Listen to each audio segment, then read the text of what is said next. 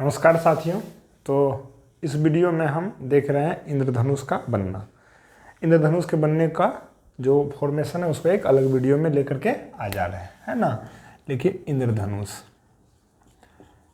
इंद्रधनुष जिसको अंग्रेजी में बोलते हैं रेनबो। एक्चुअली होता क्या है, जब बारिश हो रही है उस समय जब सूर्य चमकता है और जब हम सूर्य की ओर पीठ करके आकाश की ओर देखते हैं तो हमको एक अर्धवृत्ताकार रंगीन पट्टी दिखाई देती है।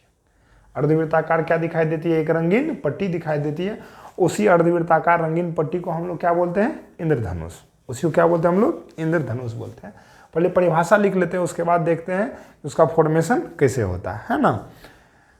लिख लेते हैं। लिखिए, जब वर्षा होती है, जब वर्षा होने के दौरान सूर्य चमकता है, सूर्य चमकता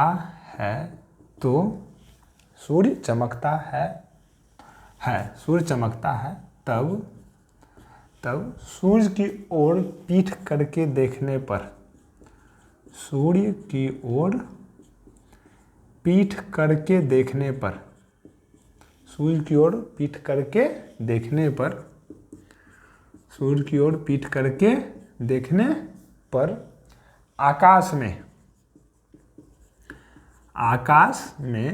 अर्धवृत्ताकार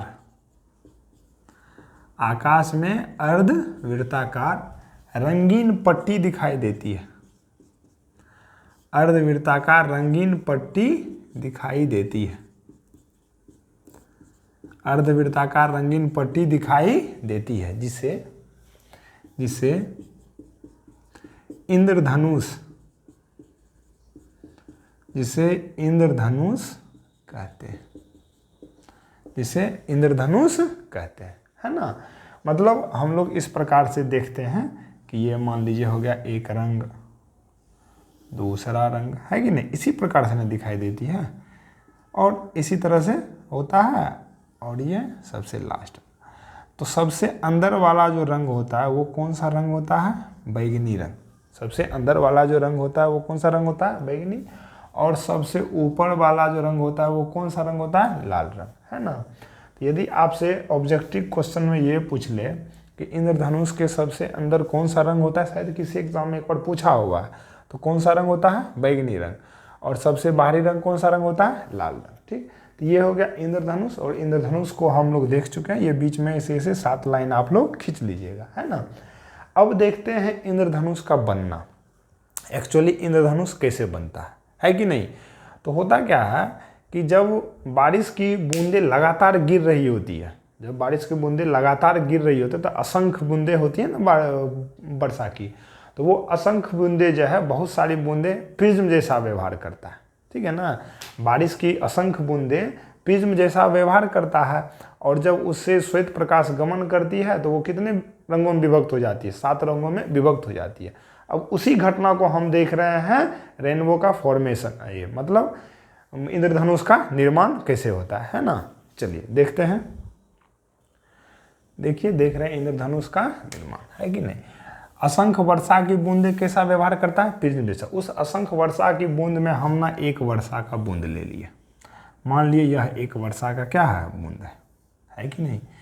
यह एक वर्षा का क्या है? बूंद है। वर्षा का बूंद एक लेकर के हम समझ रहे हैं। उसी प्रकार सभी बूंद। और ये मान लिए श्वेत प्रकाश है, सूर्य की प्रकाश, श्वेत प्रकाश गमन करी। जो ही श्वेत प्रकाश वर्षा की बूंद में जाती है तो कौन सी घटना होती है? प्रकाश का अपवर्तन, मतलब वो अपने रास्ते से विचलित हो जाती है। जो ही यहाँ पे प्रकाश का अपवर्तन होता है ना, तो यहाँ पे अपवर्तन के साथ साथ यह कितने रंगों में विभक्त हो जाती है? 7 रंगों में। यहीं पे ये क्या हो गई? विभक्त हो गई। 7 रंगों में यहीं पे ये क्या हो जाती है? विभक्त हो जाती है। और ये 7 रंग यहाँ तक चल के आता है, बारिश की बूंदे की दूसरी सतह तक आता है। मतलब यहाँ तक ये 7 रंग आया। तो 7 रंग नहीं लेकर के एक किरण लेकर के हम समझते हैं और सारी घटनाएं इसी प्रकार से होती है कि नहीं है। तो मान लीजिए यहाँ पे आया, प्रकाश का अपवर्तन हुआ, 7 रंग में विभक्त हो गया, 7 रंग ट्रेवल करके मतलब आगे चल करके कहाँ तक आया, वर्षा की बूंदों के पिछली सतह तक, और पिछली सतह से टकरा कर ये क्या हो जाती है, परावर्तित हो जाती है। पिछली सतह से टकरा कर क्या हो जाती है, परावर्तित हो जाती है कि नहीं। पिछली सतह से टकरा कर ये क्या हो गई, परावर्तित हो गई। ठीक है, मतलब वर्षा की बूंदें में प्रकाश जो ही प्रवेश किया तो अपवर्तन की क्रिया हुई, और रंग कितने रंग में विभक्त हो गया, श्वेत प्रकाश 7 रंगों में विभक्त हो गई, और अपवर्तन की क्रिया करके आगे बढ़ी। जो ही आगे बढ़ी तो बारिश की बूंदों के पिछली सतह से टकराई, पीछे वाला भाग से। पीछे वाला भाग से टकराने के बाद वो क्या हो गई, परावर्तित हो गई। क्या हो गई, परावर्तित, मतलब उसी माध्यम में लौट गई, और लौट करके जो ही पुनः प्रथम सतह के पास पहुंची तो फिर से क्या हो गया, अपवर्तन। फिर से क्या हो गया, अपवर्तन, और क्या निकल गई, बाहर निकल गई। और यही जब बाहर निकल जाती है और हम लोग जब देखते हैं तो हमको कैसा क्या क्या दिखता है, इंद्रधनुष दिखता है। ठीक है बच्चों, फिर से समझते हैं। ये तो हम एक रे ले करके बताए हैं, लेकिन यहाँ पे 7 रंग इसी प्रकार से, यहाँ पे 7 रंग विभक्त होकर के यहाँ तक जाती है। पिछले सतह से 7 रंग परावर्तित होती है, प्रथम सतह के पास पुनः आने के बाद क्या होती है, अपवर्तन की क्रिया होती है और बाहर निकल जाती है, और इंद्रधनुष का निर्माण हो जाता है। उम्मीद है आपको आसान वे में समझ में आ गया होगा। बस उसी को हम लोग क्या करते हैं, लिखा देते हैं। फिर से लिखा दे, वर्षा की बूंद, श्वेत प्रकाश, और ये 7 रंग इधर इस प्रकार से निकल जाती है। तो यही 7 रंग किसका निर्माण कर देता है, इंद्रधनुष का निर्माण कर देता है। ठीक है ना, चलिए इसी को हम लोग लिखते हैं, श्वेत प्रकाश।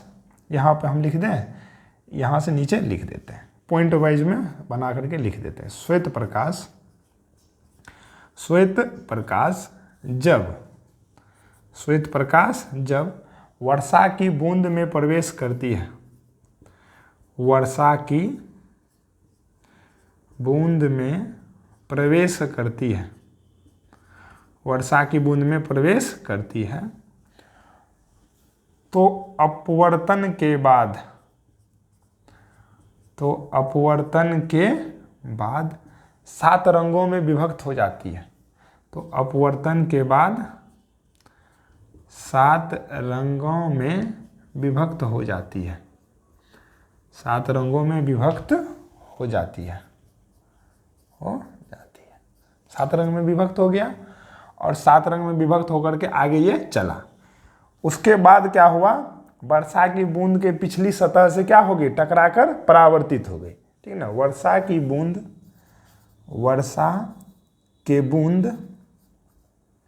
बूंद की पिछली सतह के पिछली सतह से टकराकर, टकराकर परावर्तित हो जाती है, से टकराकर परावर्तित, परावर्तित हो जाती है, परावर्तित हो जाती है। ठीक है, सारी के सारी 7 का 7 रंग क्या हो गया, यहां से टकरा के यहां तक परावर्तित हो गई। ठीक है, अगला पॉइंट, और पुनः, और पुनः प्रथम सतह से अपवर्तन के पश्चात, और पुनः प्रथम सतह से और पुनः प्रथम सतह से अपवर्तन के पश्चात, अपवर्तन के पश्चात, और पुनः अपवर्तन के पश्चात इंद्रधनुष का निर्माण होता है, इंद्रधनुष का निर्माण होता है।